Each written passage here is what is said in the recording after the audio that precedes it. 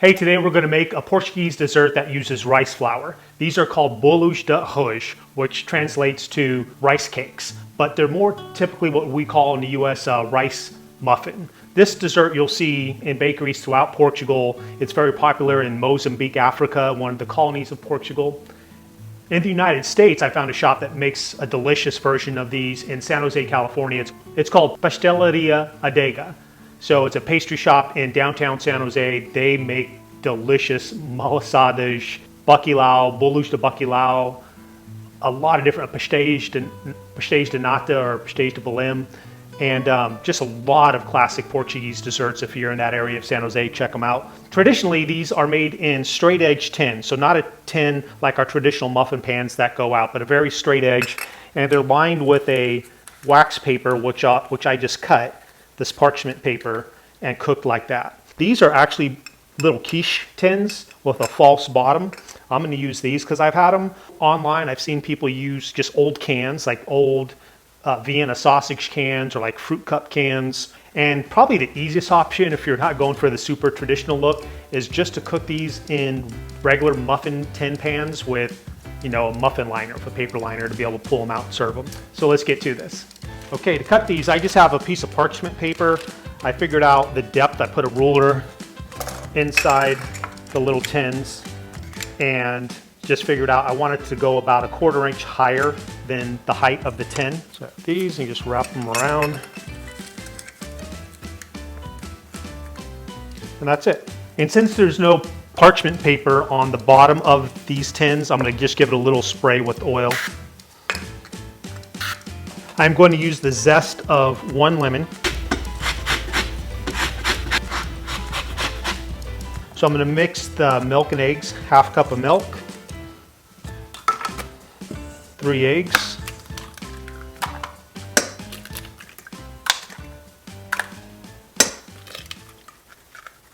the lemon zest, whisk this together to just blend it up. Set aside. So here I have my 1 cup of flour, 120 grams, 100 grams of rice flour, which is about 2/3 cups of rice flour. I'll just put that in there, mix those together. Now I'm going to add my 2½ teaspoons of baking powder. Not baking soda. Remember, baking powder already has a type of dry acid in it to cause the bubbles that help make this dessert rise. And then also a 1/2 teaspoon of salt. Okay, now we're going to cream the butter and sugar together. So I have 1/3 cup of butter. So we'll start that. Now I'm going to add 3/4 cup of sugar to the butter.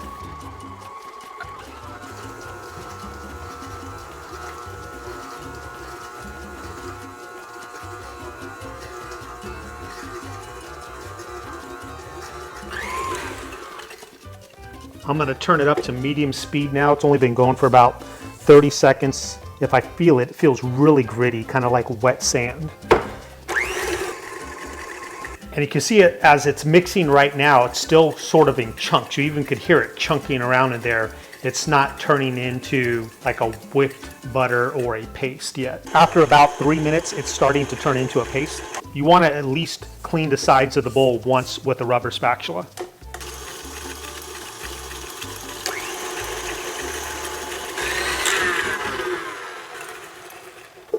You can see it turns very white just from the air that's incorporating, and it's fairly soft, like almost like soft serve ice cream. And there's some, you definitely could feel some of the grit from the sugar in there. Okay, I have my oven preheating to 350 degrees. We're going to incorporate the eggs and the flour rice mixture salt.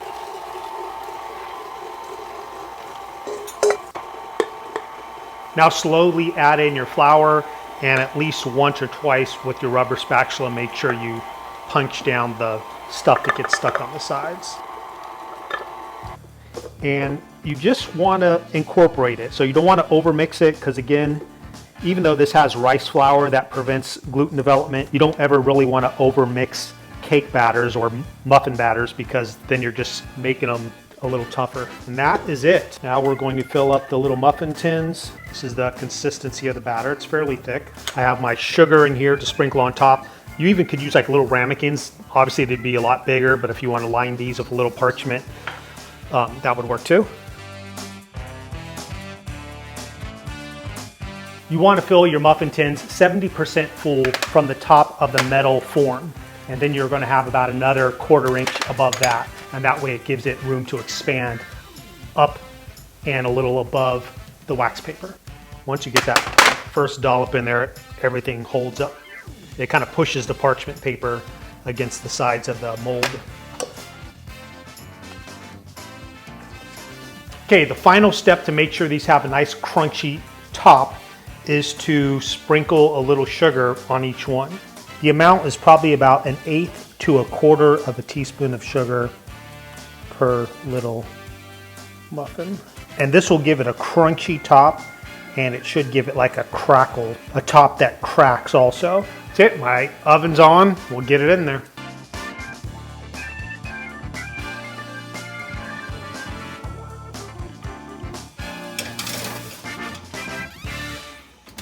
If you like this video and want to check out other desserts, I do have a video recipe on malassadas, and I also have a video recipe on making queijadas de leite. You can check out all my recipes on my website, justcookwithmichael.com. Doesn't this look delicious? You see how it rose up above the tin? It's a nice cylindrical shape. This is the classic look. So at 350 degrees, it took about 25-30 minutes. You also could check it with an instant read thermometer. The internal temperature of the bowl, the arroz, should be about 200 degrees Fahrenheit. Thanks for joining me. Now go cook for someone you love.